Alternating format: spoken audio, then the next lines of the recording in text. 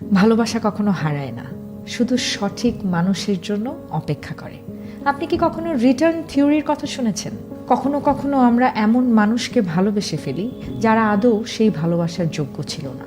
আমরা আমাদের মন, আমাদের যত্ন, আমাদের সময় সব কিছু তাদের নামেই করে দিই। তারপর সময় চলে যায়, একদিন হঠাৎ মনে হয় সব কিছু বুঝি বৃথা হয়ে গেল। নিজেরই আবেগের সঙ্গে লড়াই করতে করতে একসময় মানুষ ভেতরে ভেতরে ক্লান্ত হয়ে পড়ে।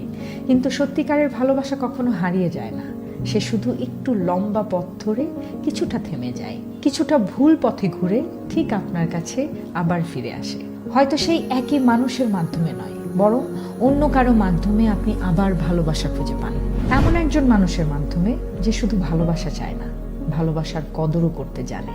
সে জানে এই বিশ্বস্ততা, এই কোমল হৃদয়, এই যত্ন কতটা কষ্ট, কতটা ধৈর্যের ভেতর দিয়ে তৈরি হয়েছে। এ কারণেই সেই ভালোবাসাকে আগলে রাখবে, হারাতে দেবে না কখনো। সব কিছুই আবার ফিরে আসে, কারণ ভালো মন থেকে দেয়া কোনো ভালো জিনিস প্রকৃতির চোখ থেকে আড়াল হতে পারে না কখনো। আর এটা মনে রাখবেন, আপনার ধৈর্য আর আপনার সততাই হচ্ছে আপনার সবচেয়ে বড় শক্তি।